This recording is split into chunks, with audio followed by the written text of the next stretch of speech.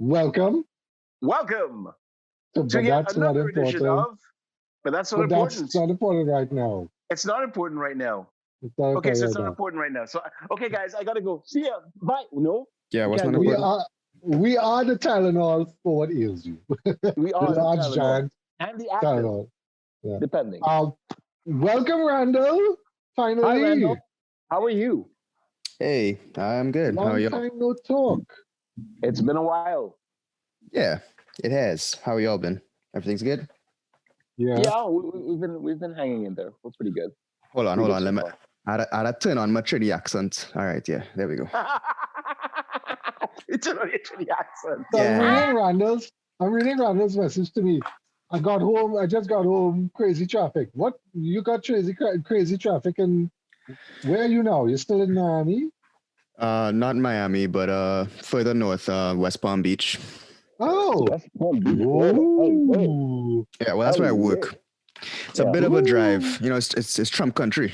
It's the right place to be. Yeah. Hey. I visited West Palm Beach. It's really, really nice. But it's Yes. wow. So what are you doing and what are you working? What's the work? Um, I don't know if it's a problem for me to say my company name. I don't think it is. No, you don't need to say the company name if you don't want to, but it's all right. Okay. Yeah, it's all right. Well, Our yeah, five listeners probably won't care. Yeah. But right, and I mean it. Well, I actually think the name is relevant. So I work for a company called Strategic Marketing, which is a pretty small agency. It's like about 20 people. I've never worked like this in my life, so it's actually a good anecdote, I guess. I haven't worked for very many agencies. You know, my longest stint was where I was with you guys originally, right? Right. And this place I thought that was a small agency.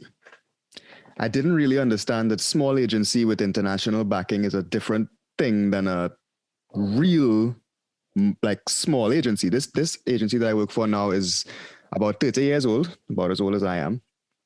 Actually, it was founded the year I was born, so literally as old. Yeah. It's privately owned by one guy who basically built it from the ground up himself after years of industry experience when it comes to media buying, like TV, radio, that kind of thing. He has a wealth of knowledge that it is good to learn from. But when I say small, the creative department is myself and our creative director. That's small. So I am the content writer. And they didn't call me copywriter, I guess, because the original title was SEO content writer, and I didn't really have the SEO qualifications, perhaps, per se. So I'm a content writer, but basically what my job entails is if it have words in it, I involved. Okay. And I mean, that could be the boss writing an email, right? Not that the boss is incapable of writing an email, but I'm saying, right, like, anything. I mean, literally anything. So you're the wordsmith, but that's good. That's good. That's exactly what you want. You're not mopping the floors. Facts. Neither you working in a mailroom. So yeah. Yeah, and neither you what's the other thing you're doing?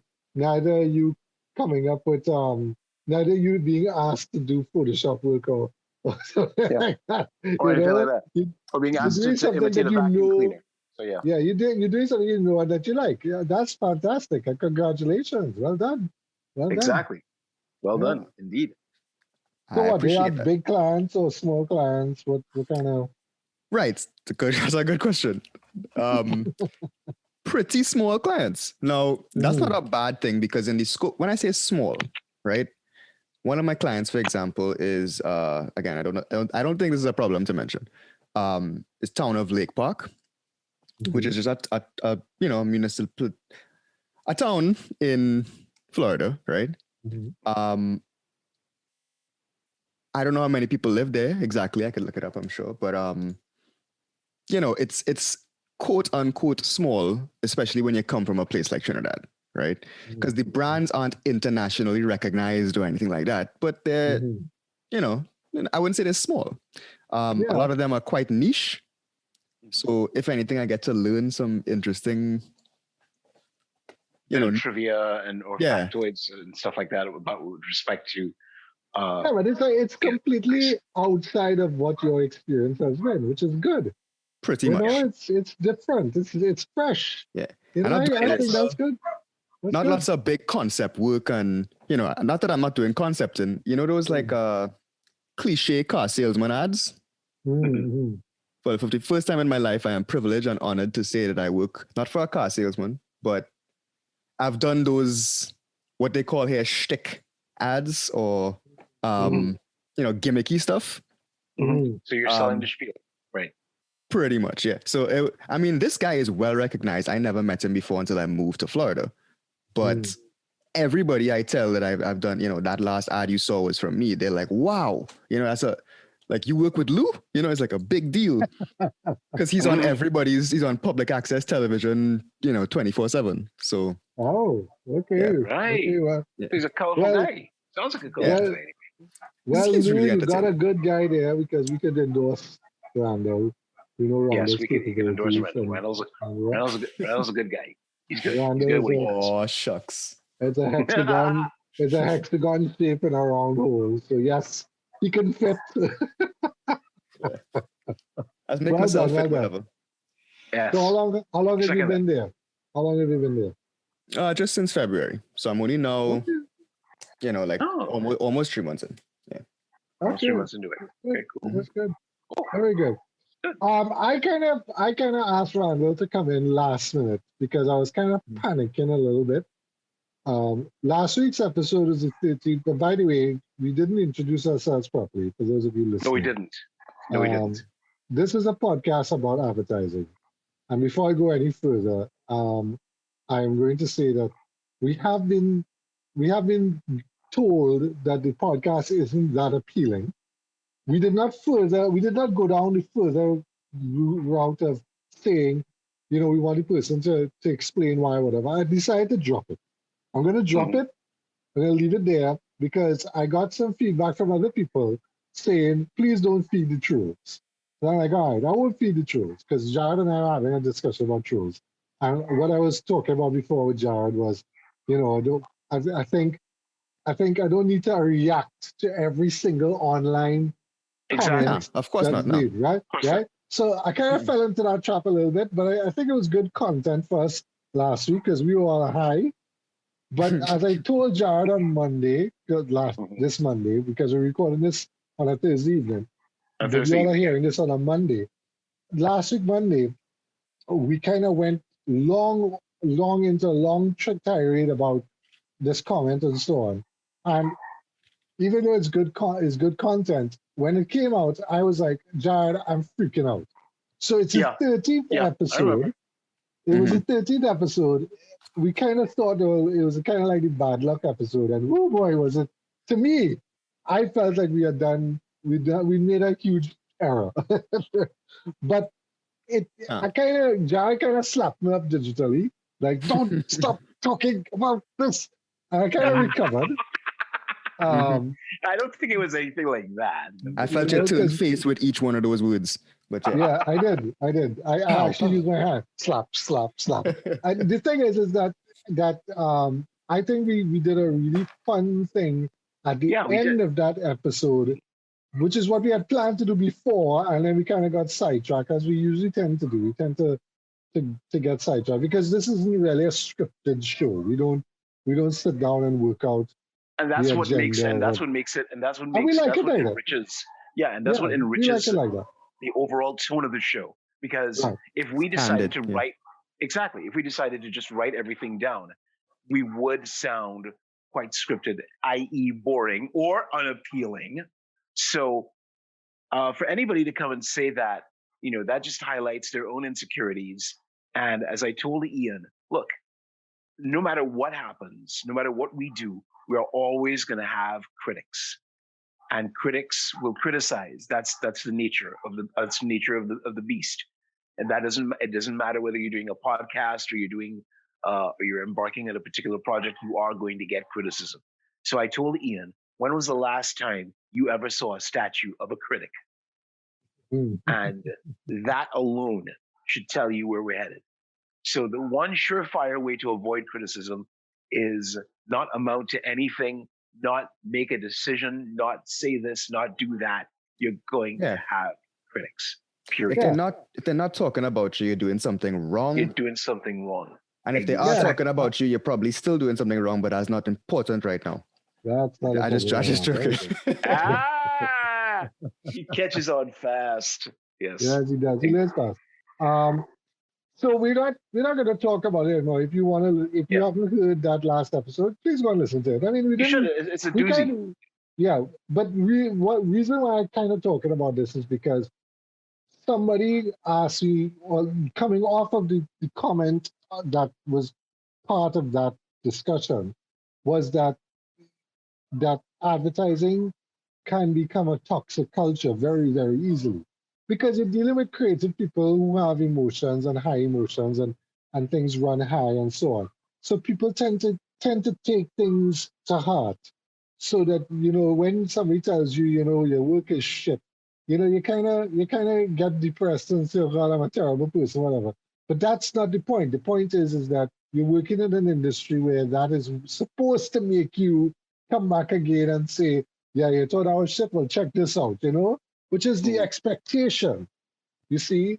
So I think the now we're old heads. Randall is not an old head. Randall is very new. So Randall is kind of within that thing. So Randall, you would not have described working within the agency, what we call the agency that you worked with before, a toxic culture. You wouldn't have called it toxic. Toxic. I wouldn't use that word. No, not personally. I wouldn't say it was, necessarily as healthy as it could have been, but I wouldn't say. Yeah. I would disagree with you to a point and say that there were moments of toxicity from my own personal experience.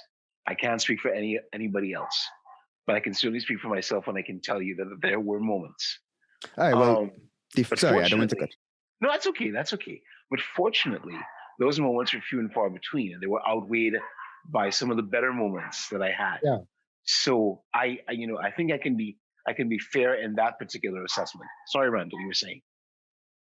Oh no. I was literally just saying. I think when we're talking about toxicity, especially in this saturated environment, when it comes to the word toxic, right? Because I feel like toxic has become a subjective term rather than an objective one. So when you're talking about toxicity, maybe you need to define what you mean by that. You know what I mean? Like what you mean by what's a toxic environment in an agency. But what is a toxic environment for any company? And I think one of the benchmarks is that you're working very long hours without recompense. I think that's one of the markers. So a comment that I was reading today in the incumbent agency was, I was told not to sleep. I was told never to fall asleep because the client is going to call with a change in the next 48 hours. So you're not allowed to go to sleep. You must take the call. And he said right after that, I quit my job because that's to him, that's toxic. You see, that's working in a toxic kind of environment where I've been asked to do something which would injure my health. You see, now that's an extreme case, but I mean, toxic. I think a lot of agency people think of toxic as, in the old days, it would be somebody would throw things at you and belittle you and make you feel that you're less of a person. And when you look for help from other people, they turn around and tell you, hey, well, this is your business, so you gotta tighten up your skin and throw things back, or you can't work in this business. And I mean, there is some truth to that, because like I said, there are people who can do that. And Randall, you know the people that we know who do that very easily. But there are some people, and Randall included, and me included, Jared included, all the people who have been on our podcast are not those kind of people. We know where to draw the line. We say, look, this is the boundary we're not willing to cross. I am not going to cross this boundary. I'm not going to be your, what's the word? Your running lapdog corporate lackey. Yeah, I'm not going to be like that. So I will leave that. Your personal servant and back and call. Yeah, But again, I mean, there's always, and I always tell people who listen to this podcast who are working in a new job or just starting in some sort of creative endeavor.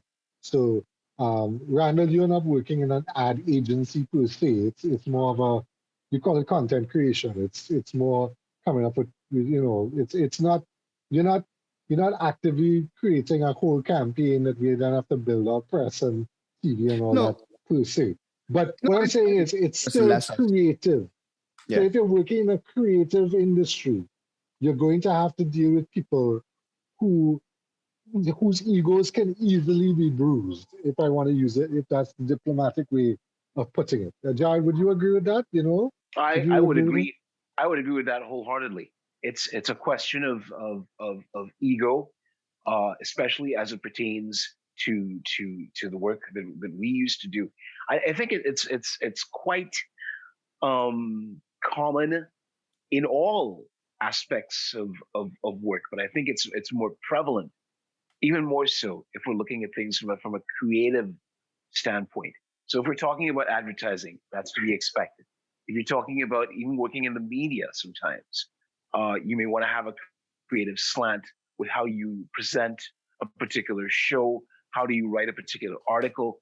Sometimes you get into you encounter problems with the editor or the program manager or whatever it is. These things happen. You're gonna a time is gonna come when you're gonna have to butt heads.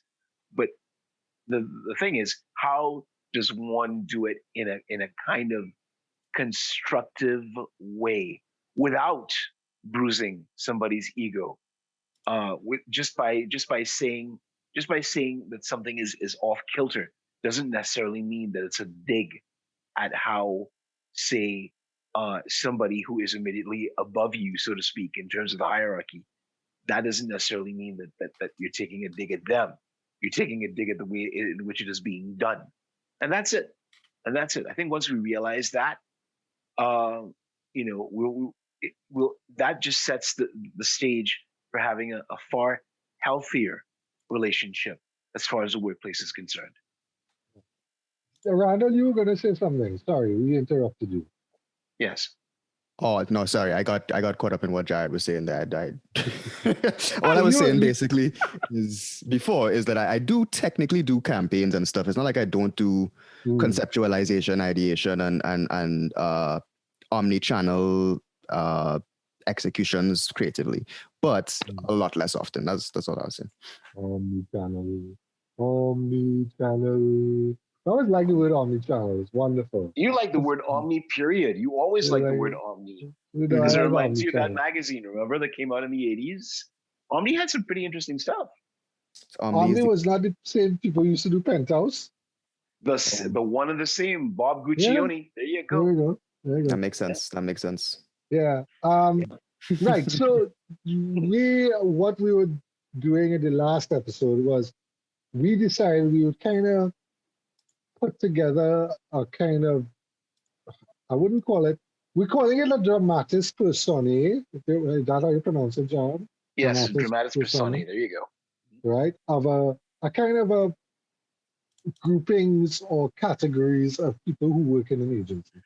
And that's why the last episode was titled, Who Are the People Who Work in Your Agency? And I think, Jared, we need to sing that at some point and make that a little song for our YouTube channel.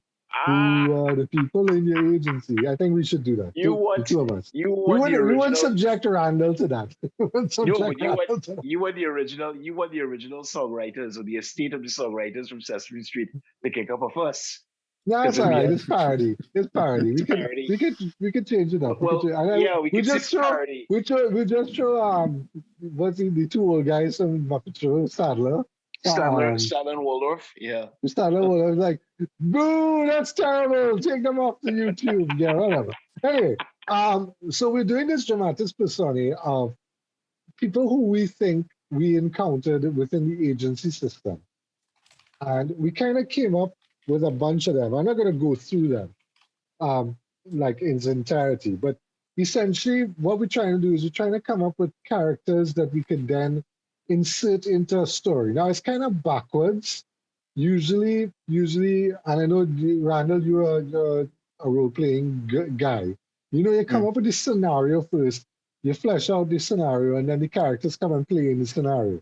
So you're kind of doing it backwards because the personalities kind of dictate how the scenario kind of follows, how it completes. You see? So what we did was we kind of had some scrolled up notes here, which I probably don't even know how to remake. Right. So we had a Mr. Gracie character, for example. I don't know if you have ever seen. Loosely based from Mad Men. No. No. Are You Being Served? Right. Mr. Gracie. Right? That's right, Mr. Grace from Grace Brothers. Randall, you don't know Are You Being Served? You're too young for Are You Being Served. I have no idea what you're talking about. Right. Are You Being Served is a British sitcom about a department store called Gracie's. Right? And Mr. Gracie is this old guy, like he's almost at death's door. He can't hear, he can't see. He is this close to taking a dirt nap. Yeah, but he has this extremely sexy nurse with extremely large breasts who's always with him, and he's always trying to chatter, right? Because he's a dirty old man kind of character, right? But he only appears like in the beginning or somewhere in the middle, and in the end. He's kind of the absentee landlord story. Now, what we thought of this is how we kind of started it, was that in our agency, in our situation, we kind of had something similar, where we had the head of the entire region who used to come down, and when they would announce he's coming, everybody used to get up and, get like headless chickens and run around and have to get all the books in order, and you had to put up all the work on the walls. We had to make a pappy show then, And I'm not saying that the guy who used to come from the regional office was like Mr. Gracie, but for our story, if we wanted to write, because ultimately we kind of want to put this together in a kind of written format. What we were thinking is, if we created some characters, maybe we could get a scenario, that could work, into kind of like not just a chapter of a story, but maybe some sort of story outline that we could come up with some of these characters and what they would do and how they would do stuff. And now I'm not a writer, and I'm even worse at being a dungeon master. So I'm out of my element here. But you and Jared are the writers. So I thought maybe we could just brainstorm today even if for our own experience, what we could start as a story, how we could start like chapter 1. How would we introduce the agency, for example? What is happening in the agency? What's going on? What is today? Is today a Monday? It always has to be a Monday. Yeah, is Mr. Gracie coming in today? And he's supposed to arrive at 10 o'clock, and the rest, the creative department has to go and, get a presentation ready for 10 o'clock, and everybody waltzes at 9, and the creative director, who's the diva kind of crazy person, delegates it to a Jared, for example, who has no idea what he's going to do because he didn't know that this is. So something like that to, kind of start the story in a way that people would think is important. It's engaging, But sorry if I missed this one part, but I need to ask before we move forward is, so this agency we're creating. Yeah.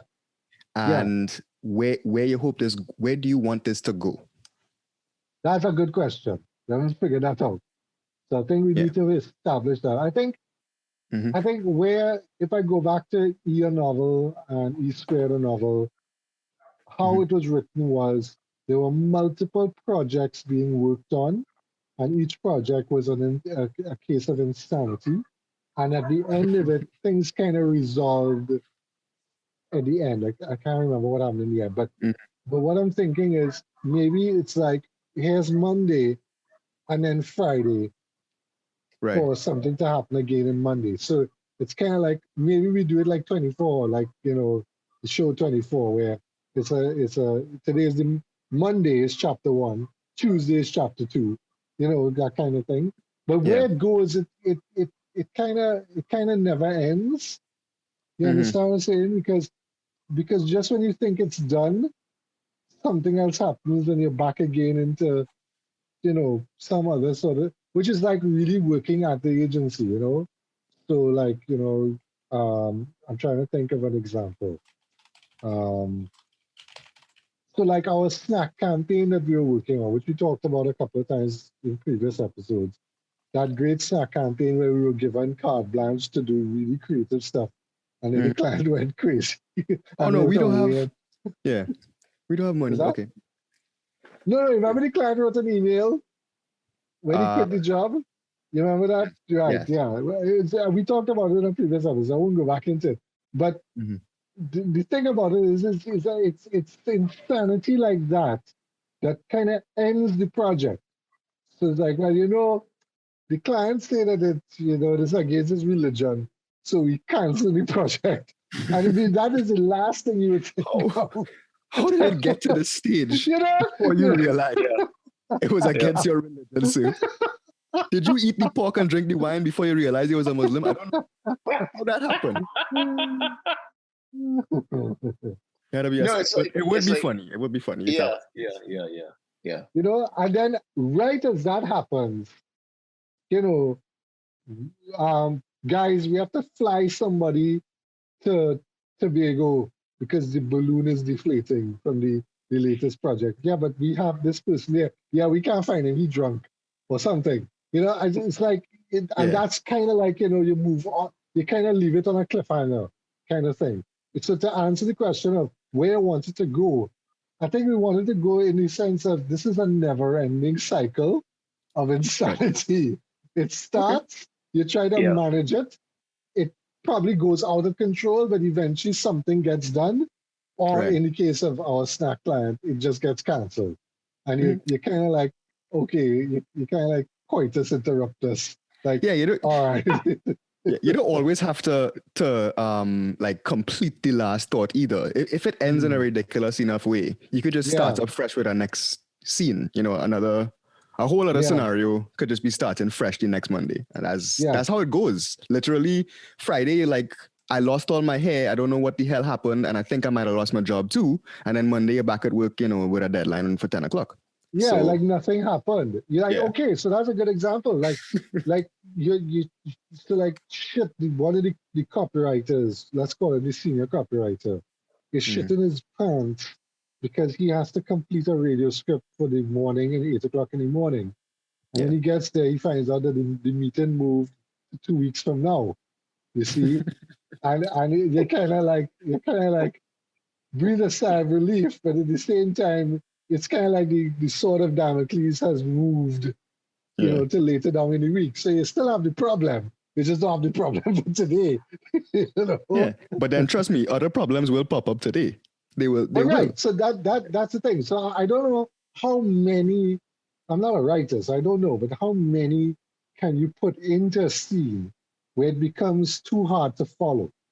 I'm thinking that maybe you need to focus on like three characters who are doing three projects. But are we assigning these characters to people to play? No, not necessarily. I don't need to be that. I just need to know, okay, so you have the department of the creators, which we didn't fill up. We didn't fill out the creative people at all. We said we have the creative director and the associates, and that's it. But it's the engine room. So you have to have copywriters, you have to have the producer, you have to have the producer character, you have to have the art directors and then the creative director, you know, so you have that dynamic there ready. That could be a whole thing on its own, but you can't because you still need the account executive. Like we have the account executives who sells carpets all the time. Right. Okay. Which is funny because that instead of cars, that's what the car salesman-esque ads that I working on is for carpet and flooring and window treatments and. So yeah, it's just ironic. But one thing that pops into my head, and maybe it's just because it's from The Office, and this is an office scenario we're talking about, is recently I was talking about the Michael Scott character from the Office show, right? Yeah.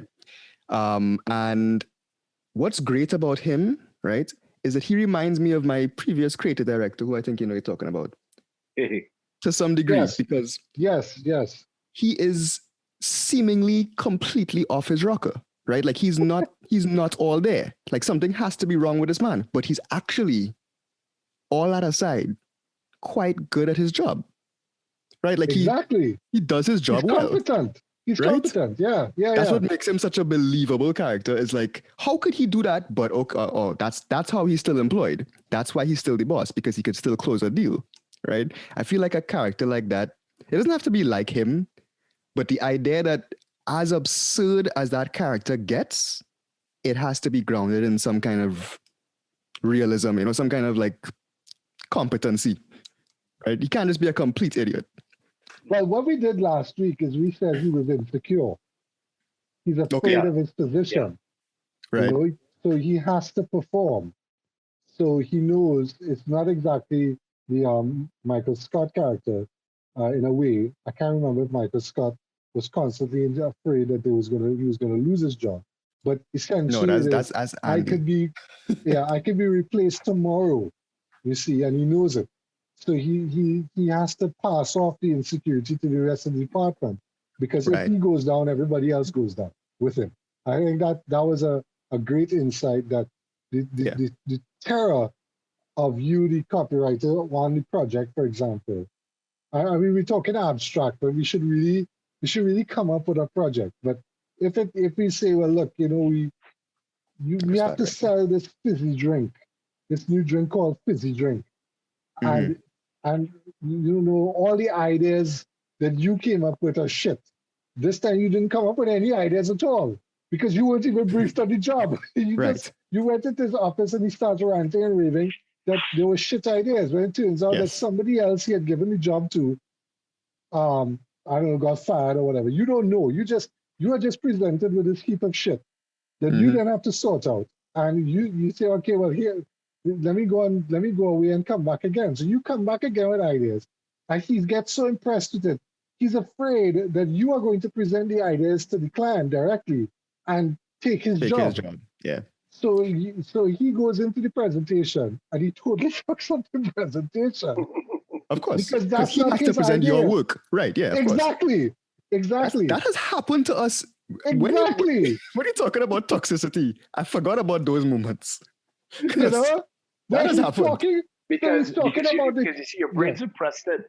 That's I guess. Yeah, maybe. No, but you're sitting in the meeting next to him, right? I remember in a meeting I was sitting with the individual, and he made me do something that I didn't really understand what I was doing. He directed everything. And I'm like, I don't know if this is what the client wants, but so I put up the board. This is before we put things up on projector and computer and all that. I put up the board with the press ad, and I said, well, here's the press ad. And he flies out there. He's like, are you insane? You don't just present the press ad like that. You have to tell her, you have to tell the client about what the idea is and all that. I said, yeah, but you just presented the radio. It's just press ad based on the radio. Why am I doing that again? And I wanted to cry because I didn't know what the hell I was doing there. And he used that as an opportunity to make himself look like he, knew what he was in doing. Front of the client? Yes. Oh God, that is toxic. Yes. That is toxic. But you see, the client is of a persona that she didn't give a shit. She just wanted to get out of there. She was like, look. I don't think this is gonna work. Right? Come back with me again in a couple of days. Right? Because she had more important things to be worried about. She was worried about something else at the time. This was the add-on. He wanted to present something else to her at the time that he thought was a good idea. You used to do that, remember? You used to do the add-ons. Of course. Used to like to present a little extra. And we thought about this, maybe you could do this. I'm like, which is not bad. No, again, it's not bad. It's forward thinking. Yeah. It's strategic, it's great. But you have to know when to do it. Yeah, time and place. And clients, because some clients will emphatically tell you, I paying you for what I'm paying you for, and that's what I want to see. Right? If you're spending, time, you're going to try and bill me for that. I don't want that. I didn't ask you for, So yeah. Yeah, but then you see, we have to throw in there the dynamic between the creative director and the head of account service. Because there were many a time where the head of account service would come upstairs, downstairs, whatever, in our agency, we could decide how it works. To basically tell him, what shit is this that you're going to present to the client? This makes no sense. Stop presenting shit like this. and he would fly off the handle, and he would say, "I presented this because I am the creative director." And Yes. and you know, were you there at the time when we had that big regional client, and the client said she wanted to sit down with the creative team and brainstorm an idea? Were you there for that? Talking about B? Starts with a no, but it was acronym. related Okay, no. to B. It was the regional version of B. Oh, wait a minute! I remember F? that. And it was at a 5 o'clock or 6 o'clock in the evening on a Thursday or something. And she had flown in from Barbados or wherever it is. And she basically said, "I hate all of these ideas. You have to come up with a new idea." And she did it just to spite him, because the two of them were fighting. And he had it. He basically slammed the door of the concert room, went into his office and slammed the door. And the account executive, the head account executive, is left with the poo. He was left with the poo in his hand. Like, what am I going to do with this shit now? Because she is demanding that she now become creative director. You know? Yes. It was awkward as fuck. It was awkward as fuck. And everybody's tired by this time. So everybody's like, "I don't want to be here. Nobody wants to be here." But she's ranting.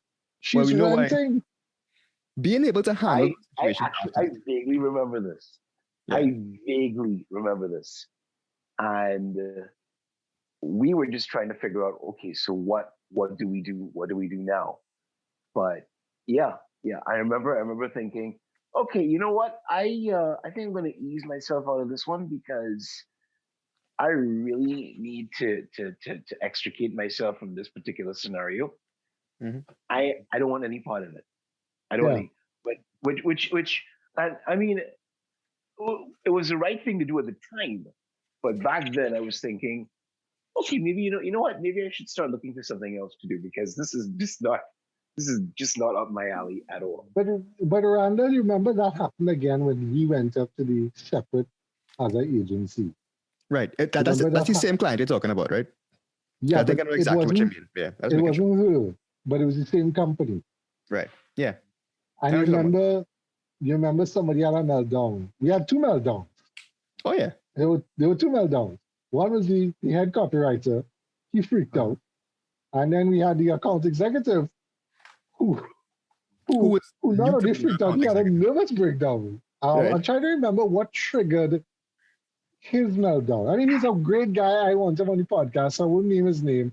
And I mean, he was under immense pressure. It's a justified. He came upstairs, and I can't remember what he said, but he said, "If we don't do this thing, we're all fucked," or something like that. And we're like, the world is over. I would never expect that from him, because he's fairly quiet and calm, and we used to call him Schroeder, because he used to look like he was like Schroeder from Charlie Brown, Peanuts, right, Peanuts, and he was a very nice, affable guy, and I don't understand what triggered that, and I think the person who was in charge of him, who was in charge of the company, really was in Miami, sending down this instructions that the client was saying that they wanted, and it was conflicting instructions from another client, and he was in the middle, and I think he just lost. He's like, "Fuck all of you. Fuck this. I'm gone. I'm out." Fuck this, fuck that, fuck you, fuck me. All the fucks. And then it just degenerated into like a verbal variation of the end. No, I think he went downstairs, and he went downstairs. I don't know what he did. Maybe he had a good cry, because you have to. I would have cried.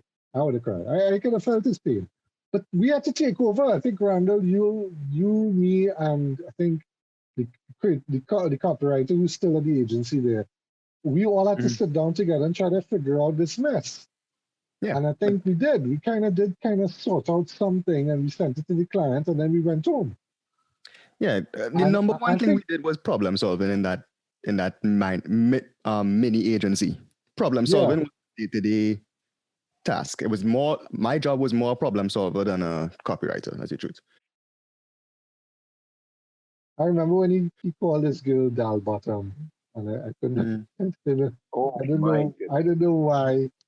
I excuse me. This is the kind of thing that, and she took it in good stride. She called him something. I don't know what she called him.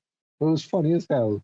And I thought that was the funniest thing I ever heard in my life. And he dropped it so unexpectedly. He's like, shut up, Dal Bottom. I'm like, what? What the hell? That is not just racist. That was just from left field. I don't know. It's like it was insanity. Working for that little company was probably the most, I wouldn't call it toxic, but it was very difficult and unrewarding. It was unrewarding. In the end, it was totally unrewarding. We did something and then we're like, oh, well, we're going to shut down the company now. Everybody just go back to where they were. Dude, I just spent a whole year here. And you know, that is, I completely agree with that, because I remember feeling this kind of emptiness after, like, is that really it? After all that, we just done? I felt demotivated after that.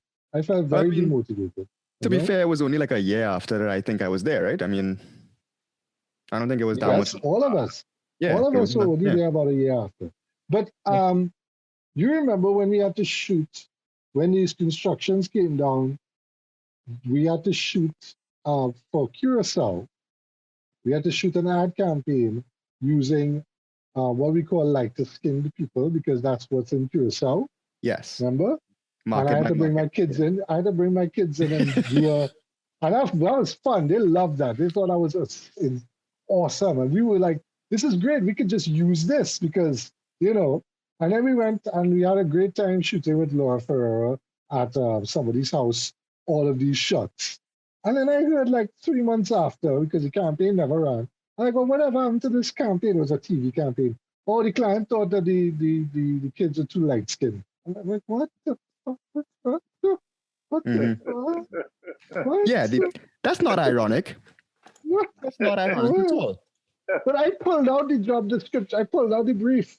It's like, we want, this is the, you know, because, and I'm like, but they just made, and I'm like, so they spend money to do all of this, and they just decided, well, no, we're not, I don't even know. You know what's more ironic? You know what's more ironic than that is that we painted the wall in that office a Pantone color with Pantone examples. So if you wanted a color shade different, you could just walk in the office and point to one. You know, like they're too light. I want a little bit darker, but with some coffee in it. Yeah. The color's right. Oh boy. Yeah, but anyway, coming back to, I think we've gone all over the place, and I want to tell people this is how brainstorms usually work, because we kind of, I mean, we have a brief. We don't have a brief in front of us that we follow, but we kind of stick to something, and then we end up talking about kind of other shit, and then it kind of sparks off ideas. And this is what Jared and I always say: it sparks off ideas. I mean, this is certainly not going to be the end of it, but it's just something to kind of give people an idea of how much time is spent coming up with an original idea. Oh yeah, well, it's not. Oh well, you know, the idea is the idea. The execution, no, the idea is just as important as the execution, because the two can't live without each other. You know, you can't have an idea without execution. But I mean, coming up with the ideas, when you need our next execution? Yeah, but coming up with the idea is always a pain in the ass, because then you say, well, that was done already. It's like, what? But we spent 3 hours. I mean, our most famous was those long meetings with the bank. Evergreen. Oh yeah, that was, yeah. I call it the evergreen. Remember the evergreen? Mm-hmm. Yeah, that's a good thing to call it, because that word was said way too many times. So yeah, I still don't know what it means. Yeah, this is a great evergreen idea. We'll table that for the evergreen idea. I'm like, what? The only thing I know about evergreen is when I was watching Bob Ross paint, and Bob Ross is going very calmly, I know we're gonna paint some nice, beautiful evergreens. I'm like, that's the evergreen? What the hell was he talking about? That was another perfect example of feeling like something went nowhere. Is 2 to 3 weeks of not going to your office, but someone else's, meeting with an international client, having, I mean, I was discussing banking. When I say banking, I mean the intricate systems they have in place on a back end, you know, like what they do as a service as a bank. We are discussing, I'm a copywriter, I'm not qualified for this. Why are we having this discussion in the first place? And then for us to not use it anyway in the end. Yeah. It's like 3 weeks. We tried everything. We tried everything, and it slowly began to realize that this was being done on purpose. I think they were just doing it so that they could get the idea that the agency wasn't going to do the work that they wanted, that they were going to do internally anyway. Because what they ended up doing was some very generic looking things. And this is what I keep saying to people. I keep saying in our territory, banks all do the same thing. They all do the same thing. They have no need to do anything different, you know? Mm-hmm. And there's a reason. I think a lot of them are afraid to go outside that box, because if they do, you know, creative doesn't match banks. Let's be real. And I think we had some triumphs in terms of what we managed to get them to approve, which is probably why the international client showed up in the first place. Yeah. So just so that we don't go on forever, one of the things I was thinking of is we should really create like a client list for our agency. Doesn't necessarily mean that it's the same clients we worked on, but we could say, well, look, this agency has to have a couple of blue chip clients. One of them is the bank, right? One of them is the bank. The other one is the telephone company, if you want to call it that, or technology company. I don't want to. I don't want to use. You see, something it's very limiting, difficult.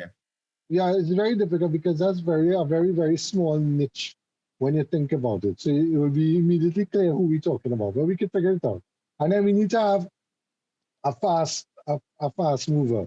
So like a sweet drink company or soft drink company. Or fast food or beer company or I mean we never truly had a beer. Really. No, we did. I mean, we worked on Heineken. Changes. Yeah. But changes is they send the graphics. We could maybe make an edit or two and then get approval, but it's really just some copy changes or some events. So events, I think, is what we did most for that brand, you know? Yeah. So yeah. But events is where the most chaos can occur, because the things that you don't see in the behind the scenes of doing an event, like the Tantra launch, for example. I mean, I'm using Tantra because that's a dead product now, but the Tantra launch was hailed as one of the greatest things that people ever saw. It was the biggest event that people stormed. Quincy saying stormed that launch. She wasn't supposed to be there, and he went. You know, he find a way to get into that launch. There were people who weren't supposed to be there who went because they heard about this thing. You know, and the amount of chaos and confusion that went on before that. I mean, I don't think you were there for that, but the amount of chaos and stuff that went on for that is for stories, you know. Jared, you don't remember that? Were you there for that? I wasn't there. I wasn't there for Tantra. I wasn't there for Tantra. I do remember there was a huge hoopla surrounding Tantra, but to say that I was directly involved in it, no, I wasn't. I will say this though, and I'm sure I must have brought it up in previous episodes. There were times when we had to work on particular products for clients, and sometimes it was just done as a favor to the GM, because the GM was happened to be close friends with the client in question, and we were doing, oh god, the things that I remember. We were doing at least two products for the same client. One involved a detergent, and the other one involved an insecticide. And I want to talk about the insecticide one because that one is hilarious. Looking back on it now, it's hilarious. But back then, it was not. Anyway, so here we spoke about that in one of the previous episodes. Yeah, one of the previous episodes. Yeah, we decided to come up with a softer side approach, because everything was about when it came to getting rid of insects, kill, destroy, tear apart. Yeah. And we decided to come up with a softer approach, and they liked it, and they thought, yes, only to be told that like about 2 hours later, no, we don't want that. We want kill, destroy, tear apart. Right, because it's safe. Because it's safe. And I was just, I wouldn't say that I collapsed in a heap of tears, but God damn it, I wanted to cuss. Yeah. Because we put so much effort into the goddamn thing. And they didn't, yeah. But the urgent part of the story for the same client was that he was desperate. He had bought like 3 friggin' containers of this detergent pod. Right. And he was freaking out because he could not friggin' sell them. Nobody was buying them. And he came, he went, nobody was going to buy and he came to the general manager. The story that I heard was that he was at some fete party, which is how it usually happens. And he said, I can't fucking get rid of this motherfucking thing. I want to fucking get rid of this motherfucking thing. How are we going to do this? So the general manager in his interview say, cha-ching, I could get money out of this guy. Come to the office, we presented your idea of how we selling this thing. But when we looked at the brief, he was selling this thing for like something like $100 a pack or some shit like that. I was thinking, what? It have gold shavings in this thing? Yeah, it was extremely expensive. And he talking about you know, people in lower income households will want to buy this because it will make their life easier. I'm like, dude, you disconnect immediately. But then again, I didn't work on the product, so I didn't look at the campaign, so I don't know. No, but I do remember that was one of the problems that he kept saying. He kept saying, no, I'm not dropping the price on this. I'm not dropping the price on this. You all have to sell it at this price. He absolutely refused to drop the price on it. And as I recall, he did eventually he did eventually sell it, but it took a hell of a long time before it finally disappeared from our consciousness and everything. And we came up with such a really cool campaign. And we thought that, again, we have it made, we have it in the bag, there's no way we could lose. But this guy was just such, now that I think about it, it just defies description, really. Let's roll it back and summarize a little bit. If we started a story about the agency and we have to introduce the characters, how would we do it? Would we introduce the characters like a dramatis personae where we kind of give them a little backstory, like like a play? This is the general manager, and he's a bit of a such and such. I don't know if that makes sense. I think if we wanted to as they come into play with a starting point, if we want to come up with a starting point, I think we need to start with the guy who it's day one for him, and let's see the new guy, the new guy, yeah, the new guy, mm-hmm. The new guy. So the Randall, yes. Mm-hmm. That's perfect. Honestly, it really is, because I mean, you even see that in my example from earlier, which is The Office, right? You actually see that in that show where they bring in a temp, right. And he is kind of the clueless one, like, because the rest of the people have a fair idea of what's going on with the crazy character, right? With the boss. But this guy is like, is this for real? Yeah. You kind of see it through his eyes for the first time. And then, like I was saying, each other character kind of comes into play when they come into play, like when they're relevant. You know what I mean? They don't need to be in this scene if they're not in this scene. You know what I mean? So a art question comes up, you bring in the art director and introduce him for the first time. That's how I at least see it. I don't know. So the new guy is just trying to find his way. Is just trying to feel his way around, because he doesn't know what the hell is going on. He was just selected on the basis that the kid knows how to write some good stuff, and he gets to meet like the art director, or he gets to meet like a fellow writer, and the fellow writer is kind of jealous of him because he's a new guy. You come to take my job away from me, you son of a bitch. I hate you. That kind of shit. Hold on. The new guy The new guy is in the creative department. Yes. Okay, because that's our experience. All right, fine. Because I was thinking he could be in accounts or he could even be in finance or somewhere that doesn't really have much experience of what goes on with the rest of the agency. Like this guy used to work with us. Oh gosh, I bounced him up the other day. He used to work in finance and he used to love football. So it's like all of you are insane. You're all crazy people. I do not know what to do with you people. So we could take it from that angle. But anyway, what I'm saying is I like that's fine, that's fine. But what I think is would be even better is if we put him in the creative department, but he's not somebody that the creative director hired. Okay. Because that has happened. Because the general manager usually used to bring people like client, children, and family of clients, and bring them and deposit them in the creative department and say, yeah, you are now the intern here. And then, like everybody's like, but where this man come out from? Who's this man? Who's this person?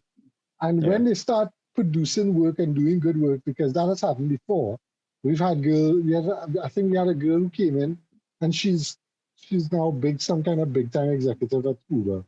But I mean, the thing is that she started doing really good work.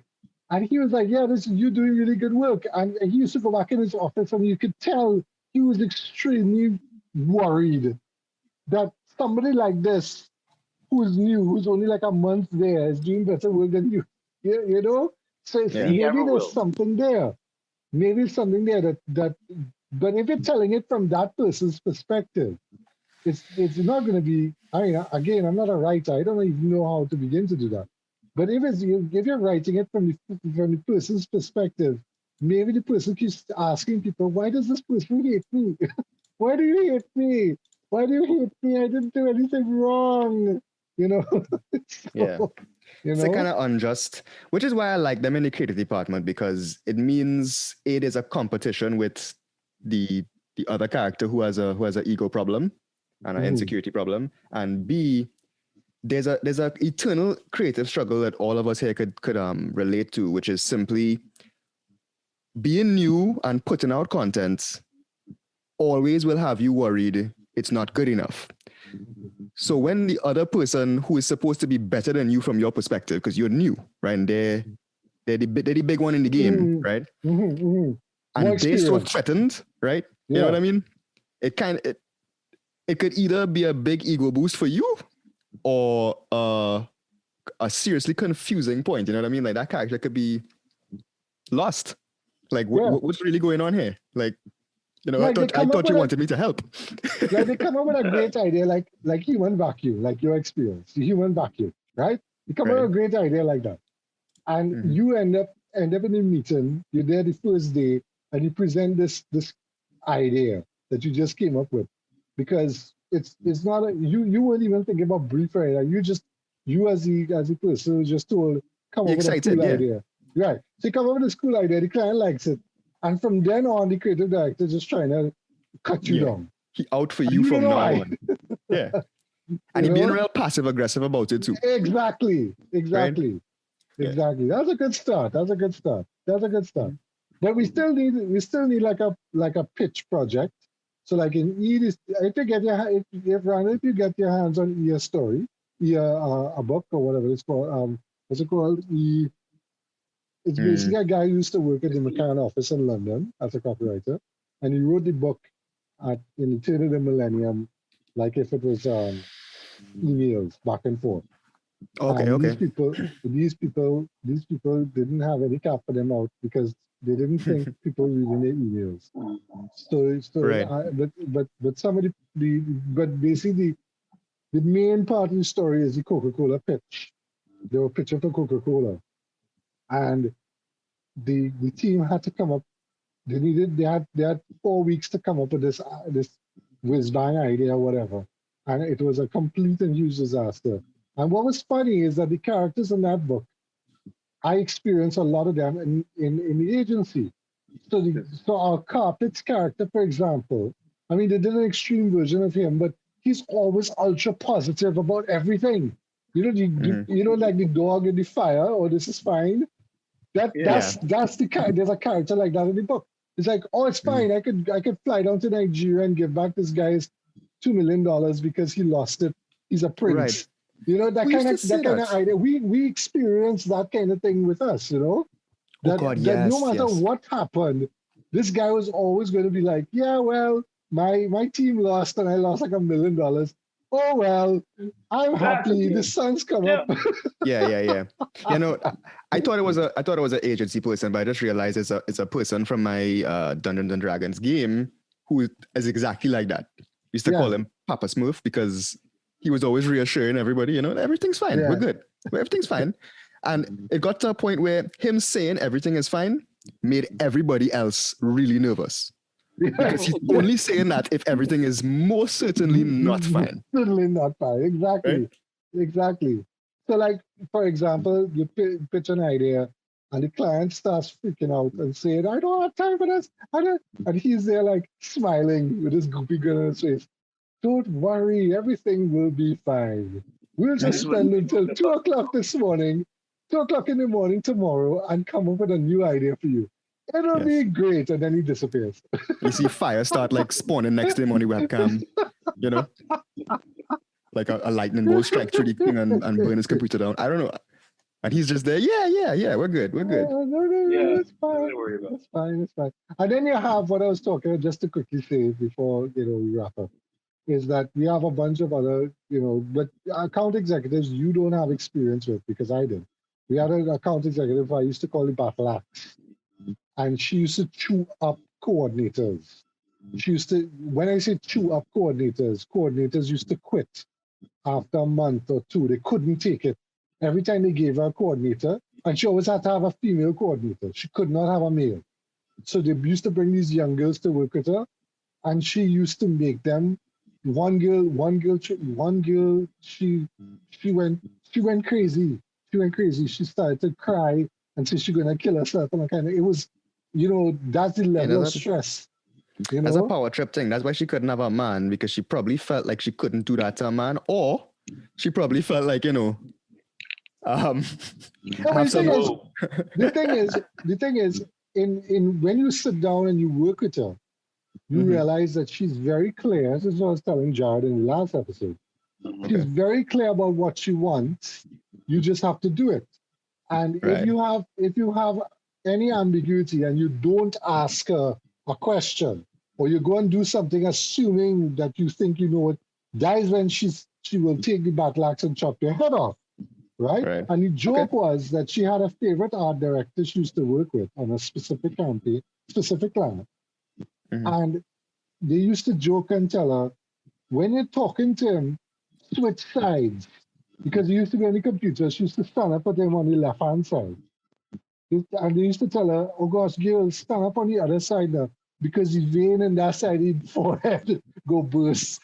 Oh, no. Balance out the vein on the other side. That's messed up. So, I mean, it's things like that. So you have characters like that who are, you know, they're scary as fuck, but they're fair. You know, as I told Jared, they're fair. But then you have the people who, like our person who's always ultra positive. You have the people who are the drama queens. You know, who's just like, oh my God, if we don't do this tomorrow, we're all gonna die. We're gonna die. And then you're like, okay, calm down. It's just a navigation prasad for tomorrow. All you need to do is change 2 numbers. No. You need an account executive who does that, right? And then when you go looking for them, panicking at 6 o'clock in the afternoon with the work done, they're home. Yeah, they're home. You need like, one of those. I thought, you know, what? Yeah, they answering their cell phone, right? In the car. Oh no, you're hearing music playing in the background. They're having a good time, and you're there like, but I was here late. I mean, so perfect for the new guy. We also have the account executive who refuse, even though, okay, so you have 4 graphic artists working on a job, right? All 4 can be working on, one can be working on her job all the time. That's too much work for one guy, right? So the work gets spread around to the other 3, right? She used to go. She used to go and take the work from the second graphic artist and carry it to her preferred one and ask the opinion without the knowledge of the other. And then come back with changes and say, well, the client said to change this blue. And I was falling for that trap a long time until one day there was an installation that had to go up. And I told her, I said, call me, it's my project, it's my job. Call me when they're going to install it. I live in 2 minutes away. I'll just drive down and take a look at it. She never called me. I see the installation up. So I'm like, well, what went on here? Only later to find out she get her artist to go and check the installation. He never worked on the job. He never worked on the job. He don't know anything about the job. He just went. So they could have put the character upside down. He wouldn't know. Right. He wouldn't even know if it was meant to be that way. Yeah. You know, and that's when I realized, oh, that's what you're doing. All right. Okay. Sweet girl, nice girl, but I knew that is what she trusted this guy. No problem. That's fine. But you know, give me some credit. No, God, Jesus Christ. Yeah. I mean, you can't put the no matter what your trust is, you can't put the project at risk for your preference. You know what I mean? Like that's not, and too many people get away with doing that. Yeah. I hear a lot of background sound all of a sudden.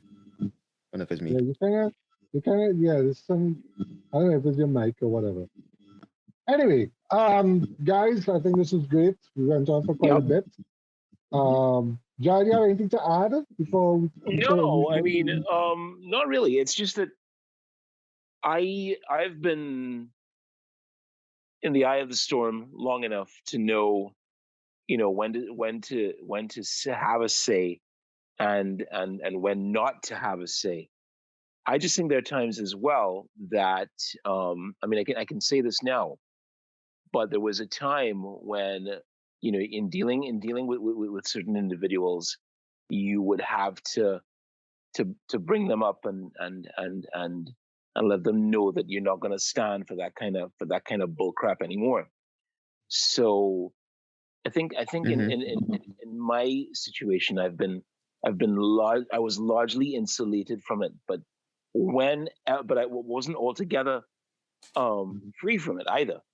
So when I had to, you know, when the time came for me to stand up for myself, I did. Yeah. And I have no regrets about that. I have no regrets about that whatsoever. You would have regrets if you didn't, though. So yeah, exactly. I think coming back to Randall's, where does this end? I think if we started with Mr. New Guy, Mr. New Guy has to reach a point where he probably reaches that stage. Yeah. He's left with, should I tell him to F off, or should I sit down here and just take it? I think that's a good way of marking the progress of the character in the story. And it's not just take it, is how have I learned to deal with this and still be productive? You know what I mean? Like how have I circumvented this negative and turned it into a positive? Because if you didn't do that, you're going to leave. It's the other option. So you either grew as a character and found your way, or you grew as a character enough to realize this place ain't for you. Yeah. Okay, absolutely. So what I want to do, Jared and I will probably have a little brainstorm session by ourselves away from the podcast. What we want to do is probably create a synopsis of what the story. I say we write a little short story. You're not writing a book. We write a short story. We write a short synopsis, maybe a one page or 2 page of Monday in the office. If you want to call it that, Monday in the office, and see where we go from there. Because I think that would give us an idea. So we start with the new guy. It's Monday morning. He had an interview on Friday last week. They tell him come in immediately on Monday morning, and they tell him what to do. And what they do is he end up having to go and present some idea, and he don't know anything about it, and he talks shit off the top of his head, and the client like it, and then the creative director want to kill him. I think that's a good way of starting the ball rolling, you know, and then we could flesh it out after. We could flesh it out after and start bringing in all the other characters and so on. But yeah, I mean, this is good. This is good. I mean, Jared, you want to define a brainstorm, or have we defined that already? I can't remember. I don't think we have. Maybe we have. I'm not sure. But anyway, for those who came in late, a brainstorm is a session where we put our heads together, and figuratively speaking, in the hope that with enough brain power, with enough precipitation, with enough mental precipitation, we'd be able to come up with some ideas that will rock the advertising world and will help us come up with work that's award-winning. But that's not important. That's not important right now. Thank God. Hey guys, thanks for having me. Thanks so much for joining us at this last minute. And I hope you had fun. I hope it was a nice little distraction. I hope we didn't take you away from your job. No. It was fun. I'm always happy to be here. And if you all ever wanted to role play this in a way like in Dungeons and Dragons, for example, where each one of us is a character. Yeah, each one of us is a character representative of what we would like to see in this office. And we play it how we think that character would be played. All right. You create the scenario and you literally act out scene by scene. I think we have a scenario, Grandel, so it's just a matter of if you want to be Dungeon Master. Happy to. Anytime, let me know.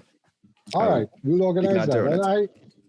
You and I need to talk because I need to follow up on this this role playing thing that Anyway, that's something else to talk about after. Great, thank you so much for our listeners for listening. We hope this was a better episode than the bitchy little rundown episode from the 13th. We're also celebrating our 1 year anniversary. It's this month. It's actually this month we started, Jared. So we're 1 year. But we're going to actually celebrate it on our last episode in May. In May, we're going to take a little hiatus in May. So we're going to have a couple more episodes. But this is marking our 1 year. It's 1 year since we're doing this podcast. So thank you for all of you who have listened to us and joined us and been with us, and all our guys who jumped on, who jump on, jump off. All our friends. We love you all. Thank you very much. Thank you. All right. See you all guys later. Have a great week. Have fun. You too. Yep. Bye. See y'all later. Sure.